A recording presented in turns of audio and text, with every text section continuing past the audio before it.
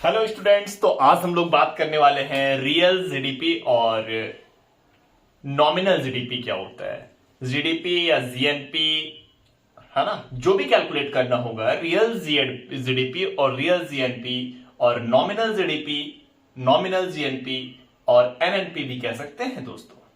तो उससे पहले हम लोग अगर कोई पूछे आपसे कि पर कैपिटा इनकम क्या होता है दोस्तों, तो पर कैपिटा इनकम उसका फॉर्मूला ये होता है पीसीआई। पीसीआई का मतलब पर कैपिटा इनकम। मैं लिख नहीं रहा हूं, आप समझ जाइए, देख के माइंड में लिखिए। कोई भी चीज कम पढ़ो, कंफर्म पढ़ो, ऐसा पढ़ो कि पढ़ा दो। तो पीसीआई का मतलब होता है पर कैपिटा इनकम, प्रति व्यक्ति आय। ये होता है GDP, national income, national income upon population.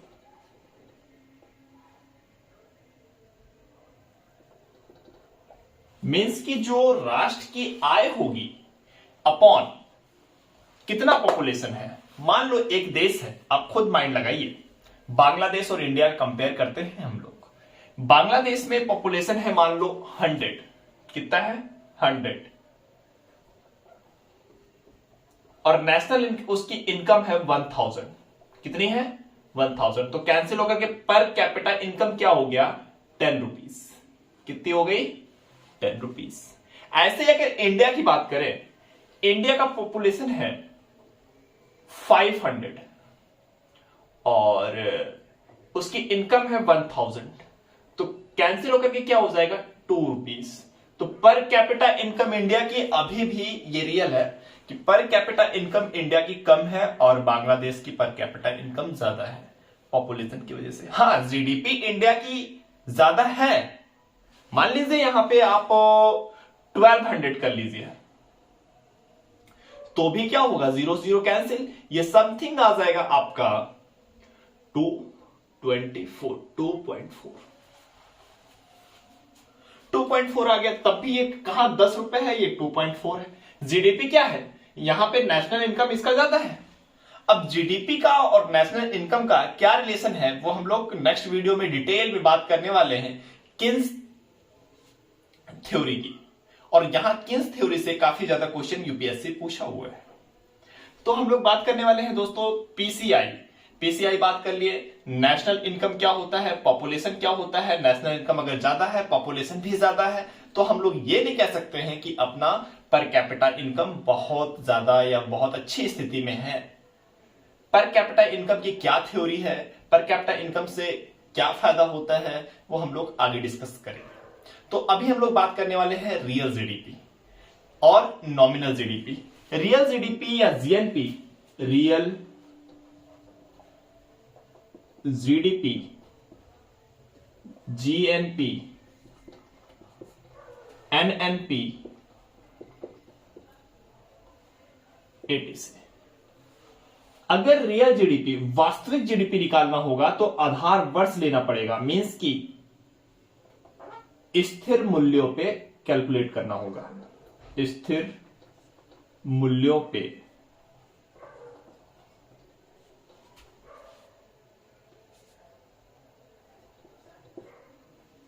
आधारित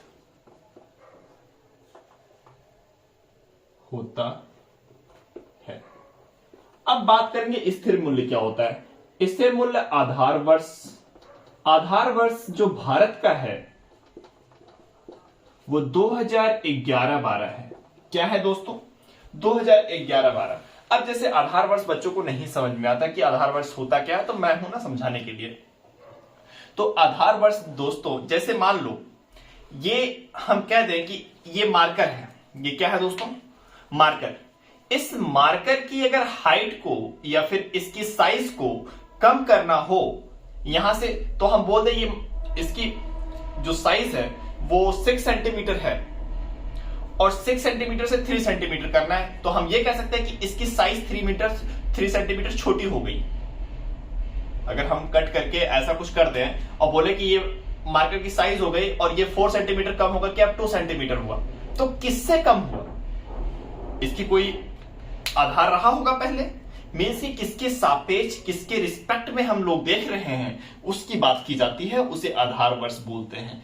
मीन्स कि जिसके रिस्पेक्ट में, मान लो इस टाइम जीडीपी हमारी रही होगी 1 लाख करोड़,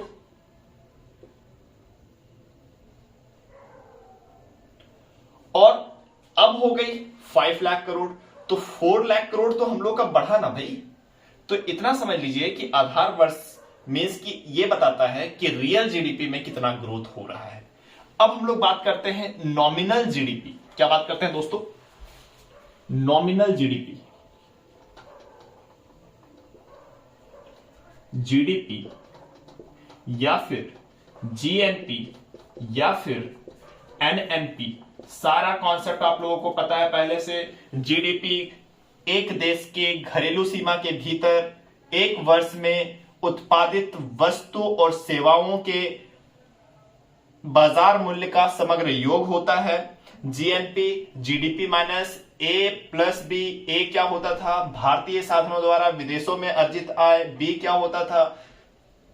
बी होता था विदेशी साधनों द्वारा भारत में अर्जित आय। फिर हम लोग एनएनपी की बात किए हुए थे, जीएनपी माइनस डेप्रिसिएशन की बात किए हुए थे। डेप्रिसिएशन क्या होता है? मशीनों का मूल्य ह्रास। ठीक है दोस्तों, तो ये हो गया हमारा रियल जीडीपी, जीएनपी या फिर एनएनपी। अब नॉमिनल जीडीपी जीएनपी क्या होता है? नॉमिनल जो करंट प्राइस पे बात की जाती है। करंट प्राइस का मतलब किसी का आधार वर्ष ना लेकर के, किसी के रिस्पेक्ट में ना लेकर के हम लोग बोले कि इस वर्ष में। अब जैसे ऐसे समझो कि एक मार्कर है, इसी मार्कर का एग्जांपल लेते हैं दोस्तों। एक मार्कर का प्राइस इस टाइम रहा होगा 5 रुपीज, उस टाइम ऐसा ही रुपीज लिखते थे, और अब इसी मार्कर की प्राइस हो गई क्या? 25 रुपीज। क्या हो गया? 25 रुपीज। तो अब हम ये तो नहीं कह सकते भाई जीडीपी का हमारा जीडीपी बढ़ गया, क्योंकि मार्कर तो उस टाइम भी एक ही था और मार्कर अभी भी एक ही है, बट प्राइस बढ़ गया तो जीडीपी का भी ग्रोथ हम लोग का बढ़ेगा, है ना? ऐसा होना चाहिए, बट होता है इसमें अगर करंट प्राइस पे हम लोग जीडीपी कैलकुलेट करते हैं तो नॉमिनल जीडीपी कहते हैं, जो कि हमेशा ये ज्यादा होता है। कभी यूपीएससी यहां से भी क्वेश्चन बोलेगा कि नॉमिनल जीडीपी ज्यादा होता है या फिर ये जीडीपी कांस्टेंट या रियल जीडीपी। तो आप रियल जीडीपी हमेशा कम ही होगा दोस्तों, क्योंकि उसका हमेशा कंपेयर किससे कर रहे होते हैं? आधार वर्ष से। और नॉमिनल जीडीपी क्या होती है? नॉमिनल जीडीपी का मतलब ये हुआ कि करंट प्राइस पे हम लोग सब कुछ कैलकुलेट कर रहे होते हैं। यहां लिख लीजिए आप, चालू मूल्यों पर आधारित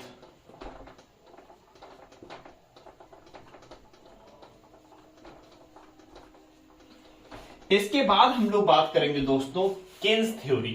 केन्स थ्योरी बहुत ही अच्छी थ्योरी है और उसी से पूरा पूरा इकोनॉमिक्स डिपेंडेंट है, और वहां से भी कई बार क्वेश्चंस आए हुए हैं, यूपीएससी द्वारा पूछा गया है। तो एक साइड से हम लोग केन्स थ्योरी को कॉन्सेप्ट क्लियर करते हैं। तब तक के लिए धन्यवाद। थैंक यू दोस्तों।